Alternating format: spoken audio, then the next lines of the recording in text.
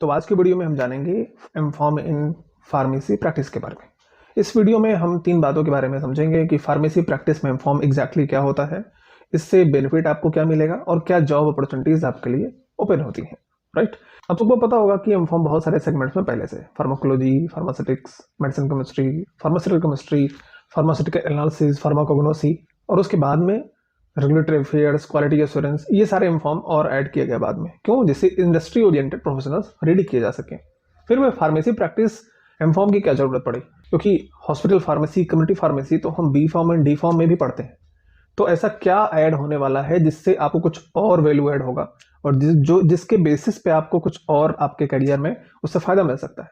तो क्या है कि डी फॉर्म, बी फॉर्म में हम बहुत सारी चीजें पढ़ते हैं, बट क्या होता है कि जब हम बहुत सारी चीज़ों के बारे में पढ़ते हैं तो हमें ये पता नहीं होता ना कि कौन सी चीज़ बहुत इंपॉर्टेंट है और हमें किन चीज़ों में बहुत ही अच्छा बनना है, क्या हमारी मेन फंक्शनैलिटी होने वाली है फ्यूचर में जाके, जिस पे हम मेन फोकस करें। ठीक, बाकी एमफॉर्म ने बहुत सारे सेगमेंट को कवर कर लिया। कोई R&D में जाना चाह रहा है तो मेडिसिन केमिस्ट्री, फार्मास्यूटिकल केमिस्ट्री से करके वो R&D API में जा सकता है। फार्मास्यूटिकल फॉर्मुलेशन एंड डेवलपमेंट में किसी को जाना है तो वो फार्मास्यूटिक्स में करके जा सकता है। किसी को CQA या QA में काम करना है तो एमफॉर्म इन QA में करके जा सकता है।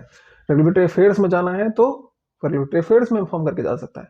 ये स्पेशलाइज्ड हो गया, उनके लिए काफी अच्छा हो गया ये। बट बाकी सेगमेंट के लिए भी ऑप्शंस हैं, आप बीफॉर्म करके भी मैन्युफैक्चरिंग QA QC में जा सकते हैं और आपके पास स्पेशलिटी है तो आपके लिए और अच्छा हो जाता है। तो इतने सारे सेगमेंट के बाद भी जो फार्मासिस्ट का सबसे बेसिक एंड फंडामेंटल फंक्शन होता है, ये एज अ फार्मासिस्ट जहां पर आप पेशेंट को मेडिसिन देते हैं, चाहे हॉस्पिटल में हो चाहे रिटेल में हो, तो वो फंक्शन बहुत अच्छे तरीके से उसमें वर्क नहीं हो पा रहा था। ठीक, क्योंकि बहुत सारे जनरलाइज हो रही थी चीजें, तो इसलिए एक और इन्फॉर्म कर दिया गया। ठीक, अब इससे आपको कितना बेनिफिट मिलेगा वो तो आगे जाके पता चलेगा, बट अगर हम आज के टाइम पे इसको रिव्यू करें कि इसका क्या बेनिफिट आपको मिल सकता है, तो ठीक है, आपने इन्फॉर्म किया है, आपको किसी अच्छे हॉस्पिटल्स में जहां पर रिक्वायरमेंट होती है तो आपको वहां पर जॉब मिलने में फायदा हो सकता है। अब उस जॉब, आपको इस इन्फॉर्म करने से उस जॉब में कितना ग्रोथ होगा, क्या सैलरी और ऑफर कर सकते हैं, वो फ्यूचर में पता चलेगा कि इसको कैसे हॉस्पिटल्स और जो भी इसमें एम्प्लॉयर्स हैं वो किस तरीके से देख रहे हैं इन प्रोफेशनल्स को जो इन्फॉर्म करके आ रहे हैं। ठीक, क्लिनिकल रिसर्च का एक पार्ट है जो इस इन्फॉर्म में कवर किया गया है। तो इस ये करने के बाद आपको क्लिनिकल रिसर्च इंडस्ट्री में अपॉर्चुनिटी आपके लिए थोड़ी ओपन हो जाती है। क्योंकि बहुत बार क्या हो रहा था अभी तक, क्योंकि हम किसी ने बीफॉर्म किया, उसको किसी क्लिनिकल रिसर्च में जाना है, तो आपको पता होगा कि इन्हें बहुत सारे क्लिनिकल रिसर्च के ट्रेनिंग इंस्टीट्यूट्स हैं जहां पर वो ट्रेनिंग देते थे, कुछ पोस्ट ग्रेजुएशन, डिप्लोमा, सर्टिफिकेट जो भी करते थे। अब क्या हुआ कि एक एमफॉर्म के कोर्स में आ गया है, तो ये एमफॉर्म आपने किया और आपको क्लिनिकल रिसर्च में अपना करियर परस्यू करना है तो आपके लिए बेनिफिट हो सकता है। बट ये बहुत आपको क्लियर होना पड़ेगा इस इन्फॉर्म में जाने के पहले, या किसी भी इन्फॉर्म में जाने से पहले आपको ये बहुत ही क्लियर होना चाहिए एग्जैक्टली आप क्यों इन्फॉर्म करने वाले हैं। आप अगर मेडिसिन केमिस्ट्री, फार्मास्यूटिकल केमिस्ट्री में इन्फॉर्म करने वाले हैं तो क्यों करने वाले हैं, कोलॉजी में करने वाले हैं तो क्यों करने वाले हैं, वो आपका वाई बहुत ही क्लियर होना चाहिए, तो ही जाके आप उससे बेनिफिट ले सकते हैं। तभी आप अपने गोल में उस इन्फॉर्म को सही तरीके से एग्जीक्यूट कर पाएंगे, है ना। अगर आप फार्मेसी प्रैक्टिस में इन्फॉर्म करने वाले हैं तो आपको ये क्लियर होना चाहिए एग्जैक्टली कि आप क्या करने वाले हैं आगे और कैसे आपके उस गोल में ये इन्फॉर्म आपको फायदा करेगा। आपको क्लिनिकल रिसर्च में जाना है तो आपको पता होना चाहिए कि हाँ ठीक है, मुझे इसी में जाना है और मुझे इसी में करियर बनाना है और इसलिए मुझे ये इन्फॉर्म करना है।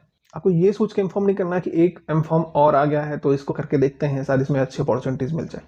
कभी भी ये सोच के कोई भी सेगमेंट आपको नहीं चूज करना है।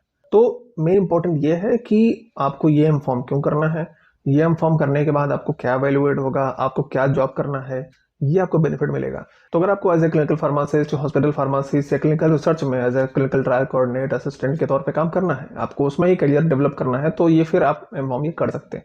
बट मेक श्योर कि बहुत ही क्लियर विजन के साथ ही आप इन्फॉर्म करें। बट इन्फॉर्म में एडमिशन लेते समय बस इन बातों का ध्यान रखिए आप कि आप ये इन्फॉर्म क्यों करने वाले हैं और आप कहाँ से करने वाले हैं। किसी अच्छी यूनिवर्सिटी से आपको इन्फॉर्म करना है जिससे आपको कुछ वैल्यू मिले। बस केवल इसलिए इन्फॉर्म नहीं करना है कि हाँ इस यूनिवर्सिटी, इस कॉलेज के पास इन्फॉर्म है तो मैं यहाँ से कर लेता हूँ। Right, thank you very much.